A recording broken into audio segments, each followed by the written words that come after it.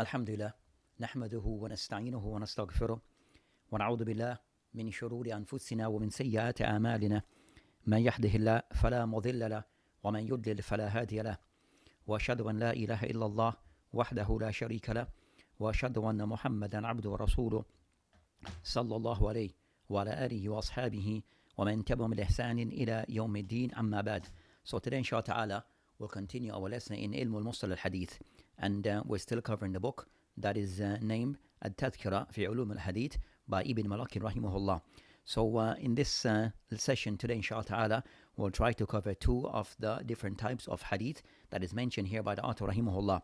So today we'll be discussing concerning hadith, the first concerning hadith al-musahaf or tashif, and the second concerning muktalif al-hadith. So these are the two types of hadith that the author rahimahullah have mentioned within those topics, those categories of hadith. So as for the first that we discuss concerning at-tashif, or referred to as al-musahaf. So the author rahimahullah Ibn Lakin rahimahullah he mentioned al-musahaf وهو تغيير لفظ أو معنى وتارة يقع في المتن وتارة في الإسناد وفيه تصانيف. So that's what the author rahimahullah he mentioned regarding hadith al-musahaf. So he mentioned هو تغيير اللفظ أو معنى, that meaning of which is that musahaf, meaning concerning هو تغيير اللفظ والمعنى, where the change of the meaning or the words.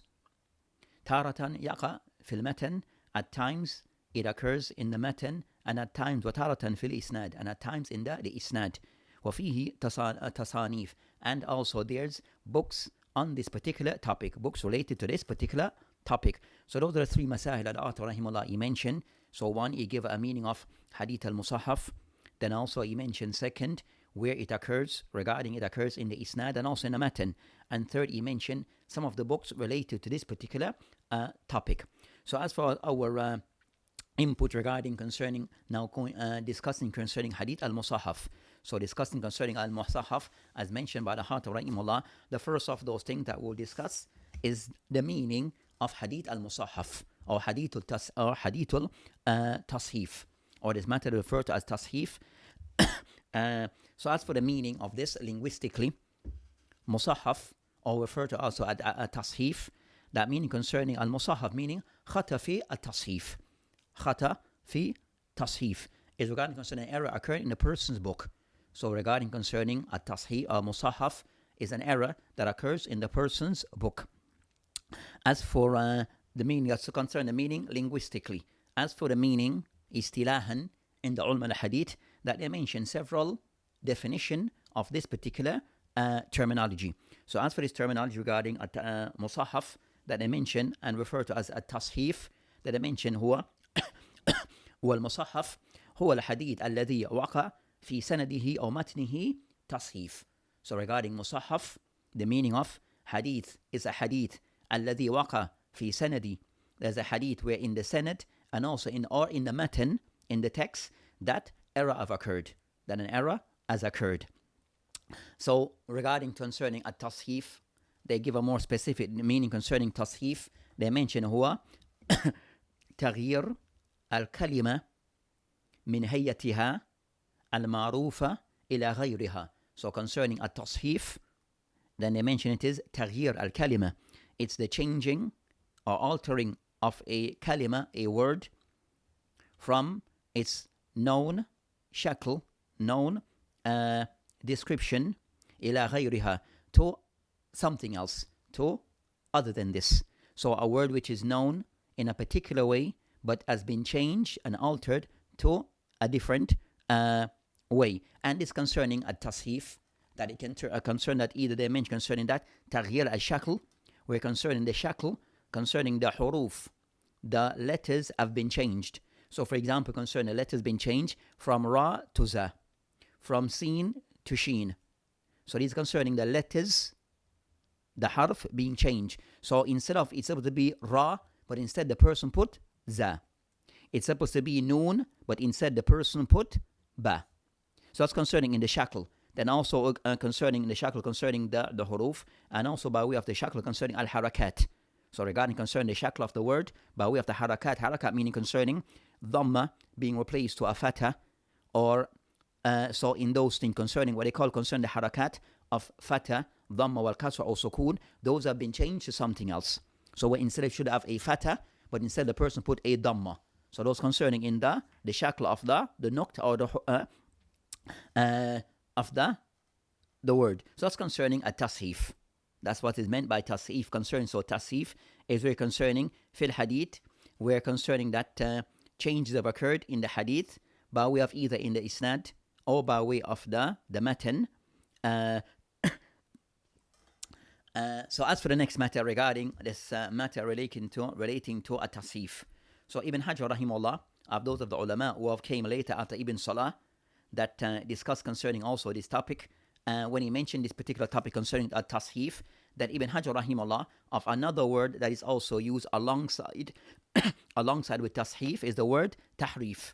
So another word that is used simultaneous with the word tasheef is a word that is a mustalah tahrif. So Ibn Hajar rahimahullah, that he separate between both. So regarding the ulama regarding this particular matter regarding tasheef or tahrif, we discussed concerning tasheef.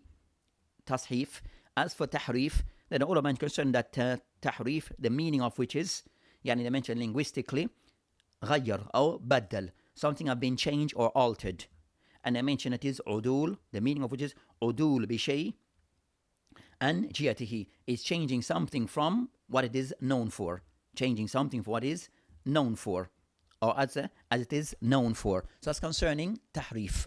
So as for Ibn Hajar rahimahullah, compared to many of the ulama, that Ibn Hajar rahimahullah al-Asqalani, that he made a distinction between tasheef and also tahrif. So he saw that both were different. We find that majority of the ulama, that other than Ibn Hajar before him, that they didn't make a distinction between both. They saw tasheef and tahrif as being the same thing. But the word that they use more often is the word tasheef. But when the word tahrif is used, it also carries the same meaning as tasheef with majority of the ulama. But as for Ibn Hajar, he made a distinction between both, where he defined tasheef as regarding concerning that التسهيف يكون في تغيير النقط. So he mentioned concerning harakat. So tasheef is regarding harakat, regarding ad-damma wal kasra wal fatha. Those harakat is somewhat used wrongly. That's concerning tasheef with Ibn Hajar. And also tahrif is regarding concerning taghyir al-shakl, regarding concerning shakl, regarding the huruf. So regarding concerning the huruf, regarding ra being za, or ha being jim, that's concerning tahrif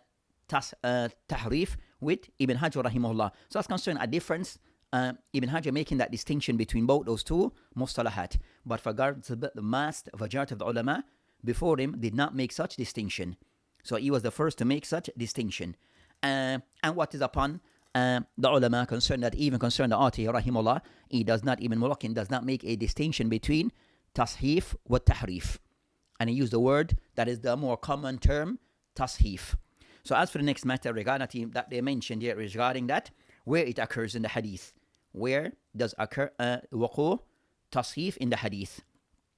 As mentioned by Ibn Malakin rahimahullah, that occur at times in the isnad and at times in the matan, and would explain further. So regarding concerning the ulama, that they have categorized concerning al-musahaf or tasheef, that it occurs in various situations. Of those situations or cases, aqsam, the first of those aqsam or category or types of tasheef that I mentioned, tasheef fil isnad. Tasheef occurring in the isnad. Some change occurring in the isnad. And I mentioned concerning in the isnad by way of the asma al-ruwat. So as tasheef by way of occurring in the isnad is by way of the names of the ruwat, the names of the narrators. So for example, and this occur often. This occur, they mention kathir, often. So example of this that they mentioned regarding, for example, a person or the narrator, his name is Al-Awwam ibn Muzajim. Al-Awwam ibn Murajim. So Al-Awwam ibn Murajim, that's a narrator. But some people, they alter his name by saying Muzahim. So his name is not Muzahim, but his name is actually Murajim, but they changed it. So that's concerning a form of tashif in the isnad. So that narrator might deem him to be someone other than the person intended because of the changes that have occurred in his name. So you may think that person either to be someone else, so thinking that one person and then another person. So sometimes this occurs. The second type of tashif that occurs concerning tashif, as mentioned by the author, fi al-matan, that occurs also in the matan, in the actual text of the hadith, the wording of the hadith itself. So they mention concerning that it can change either the meaning or the understanding of the hadith. So regarding concerning that, they mention concerning that one example of this concerning the hadith, where Islam said in the hadith, Man sama Ramadan. So the famous hadith, Man sama Ramadan, thumma atba'ahu sittan min al-shawwal. Meaning the hadith, meaning the one who fasts Ramadan, then follows this with 6 days of Shawwal, al-hadith. One of the narrators that he changed a wording in this hadith. We mentioned, he narrated the hadith by saying, Man sama Ramadan, the one who fasts Ramadan, thumma tatba'ahu, thumma follow up this Ramadan with shay'an min al-shawwal. Shay'an min shawwal. So the one word sittan, 6 days of Shawwal he mentioned, 6 days of Shawwal he mentioned, shay'an min shawwal, something of Shawwal. So this changed the meaning. So one hadith specified the 6 days to be fast of Shawwal after Ramadan, but the second hadith that was altered, changed, it mentioned Man sama Ramadan thumma atba'ahu shay'an min Shawwal, the one who follow it some of the fasting of Shawwal. So that changed the meaning of the hadith. So that sometimes occur. So that's concerned the person being able, the muhaddith, being able to identify these differences in the isnad and the matan. Also another area where tashif occurs that I mentioned concerning mansha'ahu, where it occurs concerning where it originates from, where it concerning the error originates from. And this also tashif may occur regarding al-basar, whereby the person that he, by way of his is viewing or looking at the hadith or seeing the hadith. So the person is tashif regarding the viewing of the hadith or seeing of the hadith concerning al-basar, and this occur often. This occur also very often, where concerning where the person, the qari, that may fall into error because of the khat of the hadith, how it was written was very poor handwriting. So because of poor handwriting, the person he read the hadith was able to not see correctly. And you find sometimes occur concerning makhtutat. So regarding a manuscript, sometimes the manuscript that are written of old, but when it is being read, the person because of poor sight, where the person, the narrator, the person who have the scribe may have written it poor handwriting, so it becomes difficult to be read. Second, that concerning Adam al-Nuqt, where the hadith or the hadith is written without Nuqt, with concern the harakat, fatwa dhamma, so the person sometimes might read it, see it wrong. And also it may occur concerning dhaf al-basar, al-qari, that the reader himself, that he has poor eyesight. So he saw the hadith incorrectly.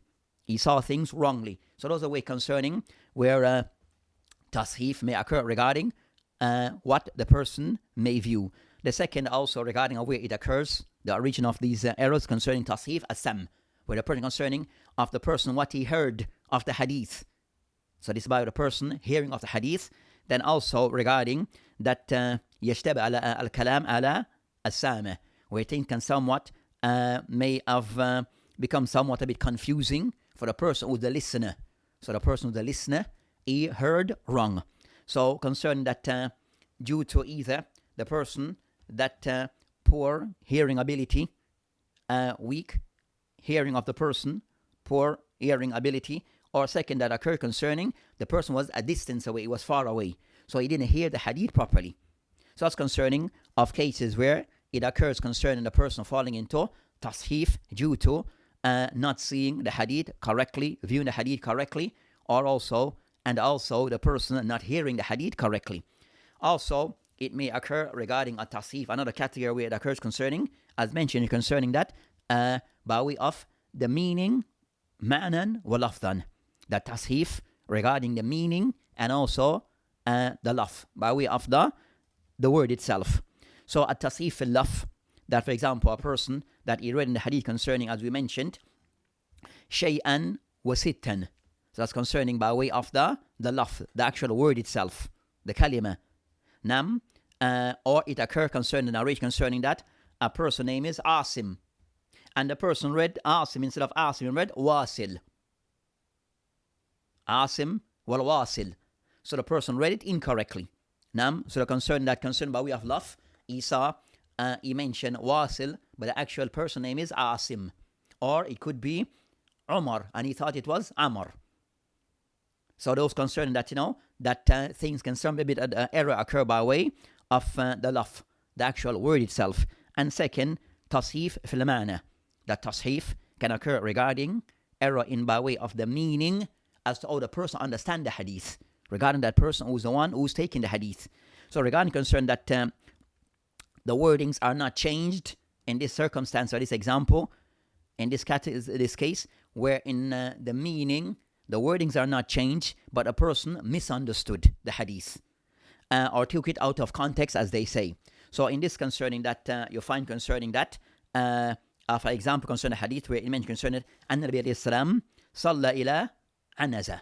An-Nabi alayhi salam salla ila anaza. That the Prophet alayhi salam, that he prayed ila anaza.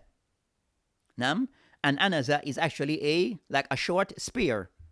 Nam, but one of the narrators who was from that qabila, that is called, so you have a qabila, a tribe called Anaza, when he heard the hadith, An-Nabi Islam salla ila Anaza, he thought that Anaza, with the Prophet Islam, he actually prayed to that direction of those people, of that tribe, as a form of kind of somewhat, he saw as a form of kind of somewhat honoring those people with the Prophet Islam. So he understood the word Anaza to mean a particular tribe, not per se Anaza meaning a actual spear that Islam, he made a salat and he had a spear in front of him as a sutra.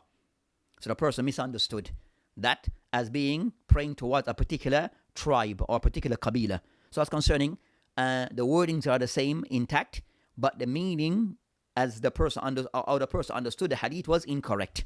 So that's concerning tashif mana. So that's concerning matters relating to at-tashif. Also, what ulama mentioned regarding at-tashif, that the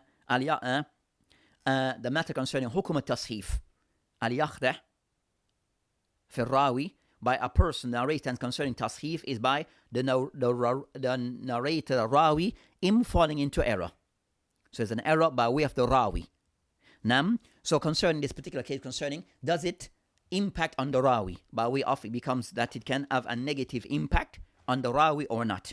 So regarding that matter, the ulama rahimahullah, they mention of hadith, they mention إذا كان الوقوع التصحيف, if this occurrence or this error by way of the rawi is nadir, is nothing which is not frequent, لا يخد فيه, it doesn't impact on the narrator. It doesn't looked upon. It is not seen as something to attack him for, or not something that he'll be rejected for this. Nam, so it doesn't affect concerning his dabt. As they mentioned, everyone makes mistakes. So you find that each narrator, they may vary, but if it is something that doesn't occur often, rarely occur for a narrator, then it does not affect his dabt. The second case that I mentioned concerning إذا كثرت الوقوع, it is something that occurs often for a narrator. It occurs often for a particular narrator. Then he mentioned that يخد في الراوي. Then in this case, it will now have an impact on the rawi. That now it is now highlighting that the narrator, he has some weakness regarding his dabt, because he's making common errors. He's repeatedly making errors. So this now would affect concerning the dabt al-rawi, indicating that the person is not per se very precise in his taking of hadith. So that's concerning the hook, how it impacts on the narrator, regarding concerning how it impacts on the narrator. So regarding concerning at-tashif, they will mention that occur in the isnad. That's mentioned concerning that taratan yaqa fil isnad wa taratan yaqa fil matan. So it occurs in the isnad and the matan. As for it occurred in the, it is taken as sometimes more severe when it occurs in the isnad, by way it may change the hukum of the hadith, where one, you might think that person is someone else, and you might think that someone else, you might be looked at as someone who's daif, when the actual person intended is qawi, is maqbool, but due to you think certain changes occur in the name, slight changes occur in the name, that you thought the person was intended was missed, and you took him for someone else, and that person may be weak. So the final ruling on the hadith becomes weak, is labeled as weak. So that's kind of an impact on the authenticity of the hadith, thubut al-hadith.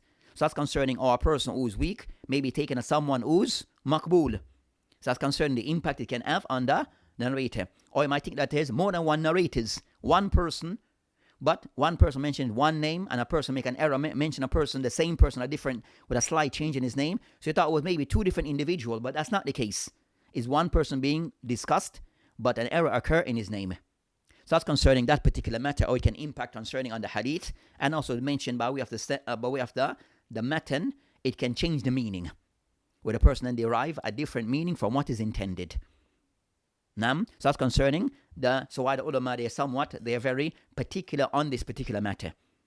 They're very particular on this particular matter because of that type of impact. The next matter, the ulama rahimahullah, and as mentioned by Ibn Laqin rahimahullah, mentioned, fihi tasanif, meaning concerning that there's books written specifically on that topic, on this particular topic. Of those who are written on this particular topic of the ulama rahimahullah, of those concerning, one of the ulama that wrote a book that is in print called Tasheefat al-Muhaddithin. Tasheefat al-Muhaddithin, and it is written by Imam Abi Ahmed Hassan al-Hassan ibn Abdullah al-Askari. Al-Hassan ibn Abdullah al-Askari rahimahullah, and he died 382. He have more than one books on this topic, one particular about ulama of hadith, and that's the one that we mentioned here. And he has a book that is more general regarding tasheef that occur between in general, but this one, Tasheefat al-Muhaddithin, is specific regarding ulama of hadith, or hadith, that way it occurs. Another book on this topic, and that book we mentioned is in print. Another of those books that are written on this topic is the book Tasheefat al-Muhaddithin li-Daraqutni. So Daraqutni is Ali ibn Umar al-Daraqutni rahimahullah, and he died 38 something. That's a Daraqut 385. And also we find concerning another book that is written by Al-Khattabi, and also it is in print. So the book of Al-Khattabi that died 388. Al-Askari we mentioned 382. If we said Askari 382, and as for Al-Khattabi, who's Hamd ibn Muhammad al-Khattabi rahimahullah, 388, he wrote a book, Islah Ghalat al-Muhaddithin. Islah Ghalat Muhaddithin, and also that book also is in print. That book is in print, and less than 100 pages, 80 something pages. So that's concerning books on this particular topic. The next topic that we mentioned to be discussed, that is the book that the next topic are Naw min Anwa' al-Hadith, as mentioned by the author rahimahullah. He mentioned muktalif. Al-Mukhtalif. What do you mean concerning muktalif al-Hadith? So, ma'rifatil muktalif al-Hadith and the hukum. So he mentioned regarding, as for what he defined as muktalif al-Hadith, he mentioned, huwa an ya'ti hadithan muta'aridan fi mana ظاهرا يوفق بينهما أو يرجح أحدهما على الآخر. So that's what the author rahimahullah he mentioned regarding this another type of Anwa' al-Hadith that he mentioned, muktalif al-Hadith. So the discussion will be regarding muktalif al-Hadith, that also a very important category regarding Hadith. We find that it is a topic regarding muktalif al-Hadith that you find that the ulama of Hadith put emphasis on this topic, and also it affects concern the fuqaha. So also the fuqaha, also they put interest also in this particular discussion. So regarding concerning that muktalif al-Hadith, as mentioned here, we discussed concerning ma'rifatu muktalif al-Hadith wa hukmi. So as for what we discussed here concerning that the author mentioned concerning that, he mentioned that the definition, huwa an ya'ti hadithan muta'aridan, where he mentioned that two hadith have been mentioned that oppose each other, fil ma'na zahir, from what is the meaning, the apparent meaning of the hadith, fayawafiq baynahuma, so one tries to harmonize between both, or yurajji ahaduhuma al-akhar, or a person that he takes one and rejects the other. So that's concerning what is discussed regarding muktalif al-Hadith. As for more detailed discussion regarding this particular, a little more detailed discussion on this particular topic, we'll mention first regarding the meaning of muktalif al-Hadith. لغة واصطلاحا. So as for مختلف الحديث, that istilahan, you have two words that are used. You have مختلف, which is with اللام بالكسر, and that's concerning ulama. They use this of hadith, they use this more. This is the word that is used more often. You have مختلف with اللام بالفتح. So both are sometimes used, but al-mukhtalif is the one that is used more often and established. مختلف الحديث. So regarding concerning al-mukhtalif al-hadith, al-mukhtalif meaning concerning ta'arud or adam al-ittifaq, where there is no unison on the matter. There is no agreement on the matter. So there's a difference on the matter. So you find there's a difference on the matter. So there's some like an opposing view on the matter. So al-ikhtilaf meaning concerning there's opposition or difference. So that's concerning what is meant by the word mukhtalif. As for concerning mukhtalif al-hadith, what the ulama have mentioned, various definition, Imam Shafi rahimahullah, of those that he mentioned regarding mukhtalif al-hadith, he mentioned al-mukhtalif ma lam yamdi illa bisukut ghayri. Ma lam yamdi, so what is not per se go forward, illa bisukut ghayri, except with the fall of the other. So one cannot go forward unless the other, it is dismissed or it falls. So that's concerning what he mentioned regarding. Then he mentioned مثل أن يكون حديثان. For the example, أن يكون حديثان, there's two hadith في شيء واحد, in one matter. هذا يحل وهذا يحرم. This one hadith, he all that things to be halal, and the other all that things to be haram. So you have two hadith, one saying that particular on the same topic, one saying that thing is halal, and the other saying that thing is haram. That's concerning مختلف الحديث, as an example given by Imam Shafi rahimahullah. Others who have define مختلف الحديث, amongst them An-Nawawi rahimahullah, Imam An-Nawawi rahimahullah, we mentioned, and that's the definition that Ibn Mulakin and others they follow, with also Ibn Salah mentioned, هو أن يأتي حديثان, where there's two hadith or more, متضادان or متعارضان, that are opposing each others. في الظاهر, from what is apparent. يوفق بينهما, one tries to unify them, أو يرجح أحدهما, or one have to accept some and reject others. And we'll discuss concerning tarjih, and so that's concerning what is meant by مختلف الحديث. Two, we have a set of hadith, a group of hadith. Some of those hadith is given us the understanding that and they're all discussing the same matter, so they unify and discussing the same topic or matter. But some of those hadith are saying that this matter is halal, and some of them are saying opposite. It's, for example, haram. So that's concerning those hadith, they seem to be opposing each other. So that's concerning مختلف الحديث. So as for, they mentioned the meaning concerning that we find hadithan, mutadadan, or muta'aridan, a set of hadith, two or more hadith, that seem to be opposing each other in meaning. As I mentioned that, meaning, those hadith discuss the same matter, but the meaning are generally the same, but we're getting a different meaning, in the sense of some is giving us the meaning of halal, and some give us the meaning which is not to be done. So that's concerning, and then a person have to try to see our best now to rectify those hadith, or to reconcile those particular hadith. Then with this also you'll find that with mukhtalif hadith, that we have shurut. So you have certain shurut for it to be classed as mukhtalif hadith. So mukhtalif hadith is where you'll find in definition that it may be a hadith opposing each other. So mukhtalif hadith is where a hadith are opposing each other. So you're not opposing by way of Quran and hadith. That's not mukhtalif hadith. That's a different topic. That's mushkil al-hadith, as we'll discuss at the end of this discussion. So muktalif al-hadith is we'll find a hadith opposing each other, nothing else. Nam. So of those shurut that ulama have mentioned regarding muktalif al-hadith, that one is a hadith opposing each other. We find a set of hadith that are opposing each other. Seems, from what is apparent, contradicting each other. We use the word from what seems to be apparent, that they're contradicting, opposing each other. So that's concerning.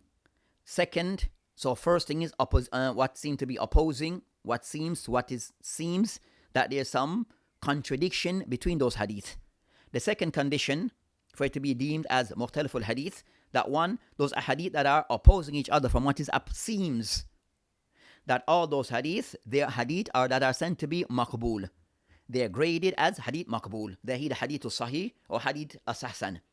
So if the hadith is da'if, then opposing hadith that is authentic, then it is not classed as muktalif hadith.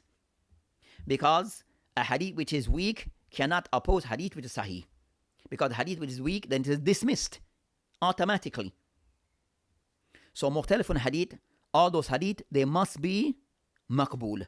They must be graded hadith which are said to be those hadith that are acceptable regarding their grading, their classification.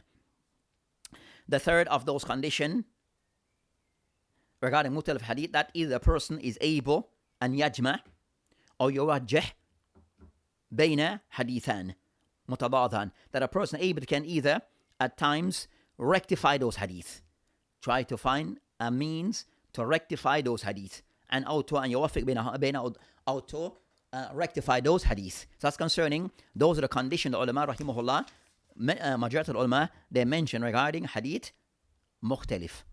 Those are the conditions that has to be in place. With mukhtalif al-hadith, they put them in maratib. So also they put them in different degrees. They put them in different maratib an-nazar fil mukhtalif al-hadith. So when a person looking at hadith mukhtalif hadith, then also they are placed in different degrees. Different degrees. So regarding concern of those things, the person has to look at concerning that, in a sense of one, first step is to look regarding hadith that we have that seems to be contradicting each others. That first, the first step is the person try to confirm or to verify the authenticity of those hadith. So the first step is verification of the authenticity of those hadith. And that, in brief, the person either one, to verify the authenticity of the hadith, that individual, the person who's studying those or looking at those hadith, himself is capable. So he has the capability to verify and to critique those hadith regarding them being authentic or that. And that is for the person who's said to be a muhaddith. And those people are not many. So a person who is a specialist in that field where he can come to that conclusion. But is verifying, or a person rely upon those who are known to be the specialists in that field. So go to those ulama of hadith and look to their ruling on those hadith. So that's concerning the first step is verifying the authenticity of those hadith. Then if those hadith, as we mentioned, so if those hadith are said to be, and then a person, if those hadith are said to be authentic, all said to be authentic or majority, that he still have a set that are opposing each other from those hadith that he has, then the next step that a person go to is concerned, the ulama, they mentioned that, the person go to the next step. And the next step, step number 2, is the person see how best he can make a tawfiq between those hadith, how the person able to harmonize those hadith, to unify those hadith. The first step in unifying, in trying to unify those hadith and come to a conclusion regarding those hadith, a final conclusion, one, al-jam. The first step of those steps, they mention first al-jam. The person tried to make the jam of hadith, the person tried to harmonize those hadith, making in sense of try to combine between all those hadith where all of them is functioning and can be used to come to a conclusion. So the person, even though they seem to be opposing, but a person able to can fit them together like a puzzle where all of them now, they come in harmony. And now they all able, he's able to work with all those hadith. So for example, al-jam bayna hadith, hadithain, ma yumkin, that a person, that some hadith is saying this matter is halal, and some saying the hadith is haram. So the person can somewhat unify them by saying what we gain from that at one stage was that's concerning that it may be some saying this and some saying that. To unify the middle point of that, the hadith, those hadith are taken as, it gives us the ruling that that matter is something which is mustahab. So some saying like deen towards wajib or haram. So the person conclusion will be it is the middle point is it is something which is mustahab. Nam. So that's concerned that matter on that matter. For example, that you find hadith that mention regarding not drinking while standing. And some hadith mention about drinking while standing. And some of the Salaf, they, Ali and others who did this. So it said combining between this matter is that they mentioned regarding concerning that that the person come to a final, it is something which is to stand is disliked to be done, and based upon a hadith that said not to be done, and the hadith that mentioned it is something that can be done or was done, show that it is permissible, but is preferred not to be done, and that's the middle ground. Another way of combining between hadith regarding the hadith of lihya, awful lihya, the person should have a let his beard grow, and you find that some of the Sahaba, Abu Hurairah, Ibn Umar, and others of the Sahaba, that they cut their lihya. So some of the ulama are concerned that what is qabda, the person of a certain length, the person is allowed to cut his lihya. If it exceed a certain length, then a person is allowed to cut his beard. But what is below, less than this, then no. And to shave completely, no. That's all haram. But so that's concerning how they can make al-jam between ahadith that sometimes seem to be opposing. Another, so concern the person, if he's able, then he takes this route. Then the second, the person unable to make this jam, to combine between those ahadith, then the next step, the person will use what we call an-naskh. An-naskh, which concerning, the bab concerning which is abrogation. Is this hadith abrogated by another hadith or not? So concerning about the bab of naskh.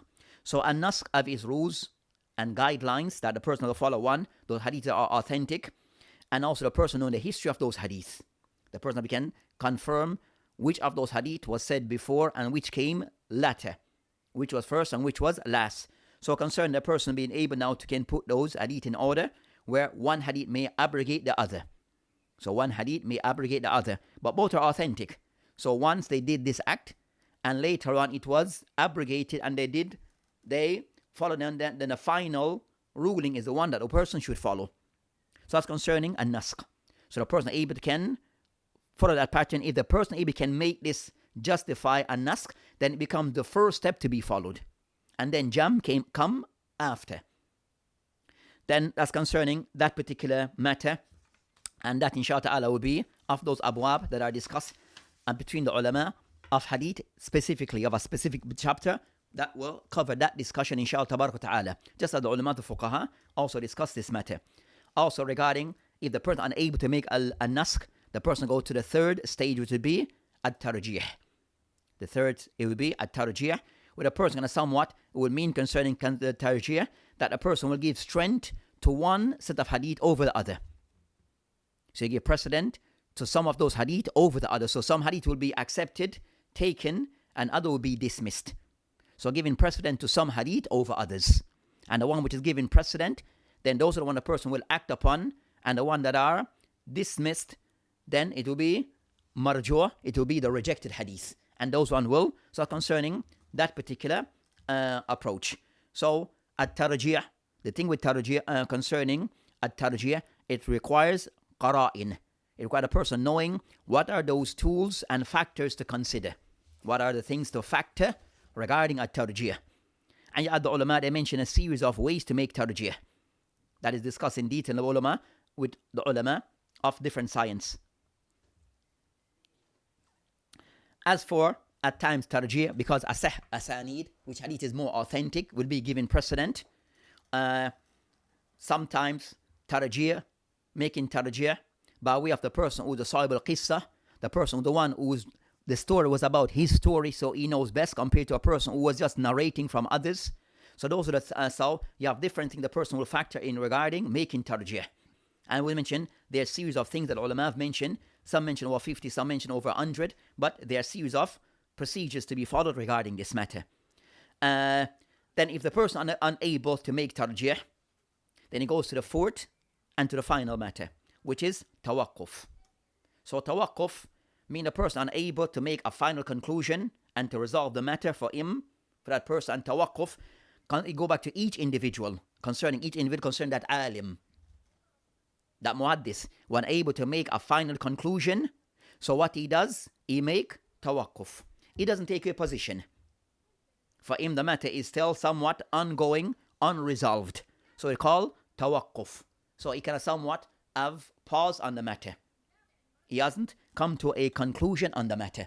Nam. So he doesn't say this one is given precedent over that one for him. The matter is still under discussion. The matter is still for him open for research and investigation, because he's unable to make any of those previous apply any of those previous system mentioned before or procedures mentioned before. So that's concerning tawakkuf. And some of the ulama sometimes tawakkuf on certain masail.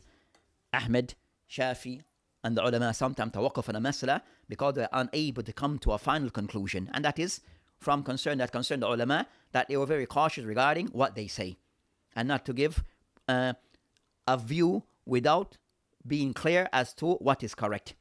The next matter regarding, so that's concerned the matter regarding muktalif al-hadith. Muktalif al-hadith, now we'll discuss concerning that muktalif al-hadith, that concern the hukum and muktalif al-hadith, the hadith that is given precedent. So sometimes the rukn may vary. Sometimes hadith is are dismissed. So the hadith is somewhat deemed as the dismissed hadith, the marju hadith, because they are dismissed. Nam, and the one that are accepted are called the muhkam. Those are hadith that are muhkam or muhkam al-hadith. They're the ones that are more clear. So you have hadith that are muhkam, that are more clear. But concerning muktalif al-hadith, when you have situation like those. As for musannafat, books written on this particular topic. So of the books written on that particular topic because of the importance that we'll find of the books of the ulama, we have Imam Shafi rahimahullah. So Muhammad ibn Idris al-Shafi rahimahullah, who died 204. That he is the first written on that topic. In his book concerning Kitab al he discussed topics relating to muktalif al-hadith, and also he have a book on that topic that is called Ikhtilaf al-Hadith.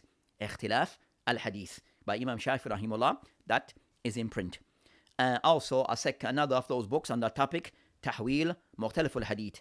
Tahwil Muktalif al-Hadith, and this book it is written by Ibn Qutaybah. This book is written by Ibn Qutaybah, and also the book is in print. The book also is in print. Ibn Qutaybah rahimahullah, he died 276 al-Hijri, and is Abi Muhammad Abdullah ibn Muslim ibn Qutaybah Daynuri, and also a third book on that topic, and is said to be is Shar Mushkil al-Athar. Shar Mushkil al-Athar by Abi Ja'far Ahmed ibn Muhammad ibn Salama At-Tahawi. So Imam At-Tahawi rahimahullah, who is a famous Imam that is in Aqidah and other books that he have written. At-Tahawi rahimahullah, 321 that he died, that he has this book Shar Mushkil al-Athar, that is said to be the most detailed book that on this particular topic. So the more detailed book on this topic is the book by Imam At-Tahawi rahimahullah, covering this particular topic. And but as he named the book Mushkil al-Athar, which is considered that he discussed concerning muktalif al-hadith and other matters, we find that Athar or Ahadith that seems to conflict with either concerning Mushkil al-Ahadith. We find that hadith sometimes may go in that seems what is apparent that being opposing ayah or ijma or qiyas or the likes or aql, then they call that Mushkil al-Athar or Mushkil al-Hadith. So hadith sometimes that may oppose, that seems to be opposing other things, then is out to rectify that matter.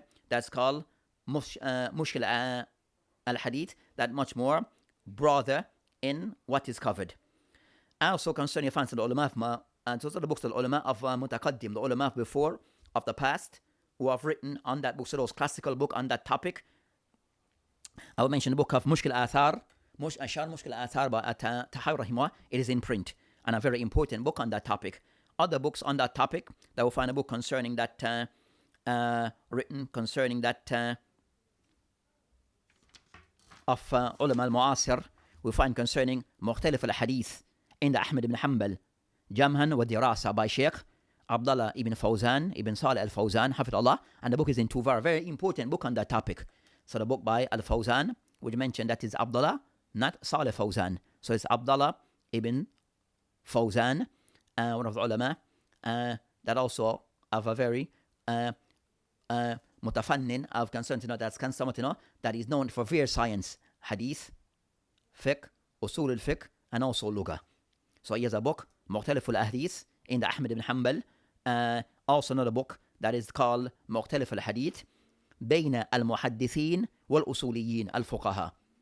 مختلف الحديث بين المحدثين والأصوليين الفقهاء, and it's written by a sheikh who's Usama ibn Abdullah al-Khayyat, or Khayyat, Usama ibn Abdullah Khayyat, and other books on this topic. So you have other books on that topic, but these are of those books written by of ulama of contemporary time relating to Muktalif al-Hadith. As we mentioned, that is topics of importance, where it concerning that is a hadith regarding how to come to a conclusion regarding those hadith that seems, from what is apparent for some people, that they seem to be contradicting each other. And in most cases concerning the kalam of the Prophet ﷺ doesn't conflict, but it's out to the person out to be able to harmonize between those hadiths. And that becomes now the test. So the ulama rahimahullah have highlighted this particular topic and ways of how to rectify what seems to be a hadith that are conflicting with each other. And Ibn Khuzaymah rahimahullah, of those someone mentioned that any two hadith that seem to be conflicting, bring it and I will harmonize it and I'll show you how to put them together. So a show concerning about the ulama of hadith, and also the ulama, the fuqaha, and the usuliyin attend keenly to this particular topic. So it's important for the talib al-ilm, and concerning ilm al-hadith also cover this particular topic. With this, inshallah ta'ala, we have now covered today concerning hadith, at-tasheef, and also al-mukhtalif al-hadith, as in the anwa of those groups of hadith mentioned in this book, At-Tadhkira fi ulum al-hadith by Ibn Mulakin rahimahullah. With this, inshallah ta'ala, we'll stop for today. Wa billahi ta'ala tawfiq wa hadi la sabil. Assalamu alaikum rahmatullah wa barakatuh.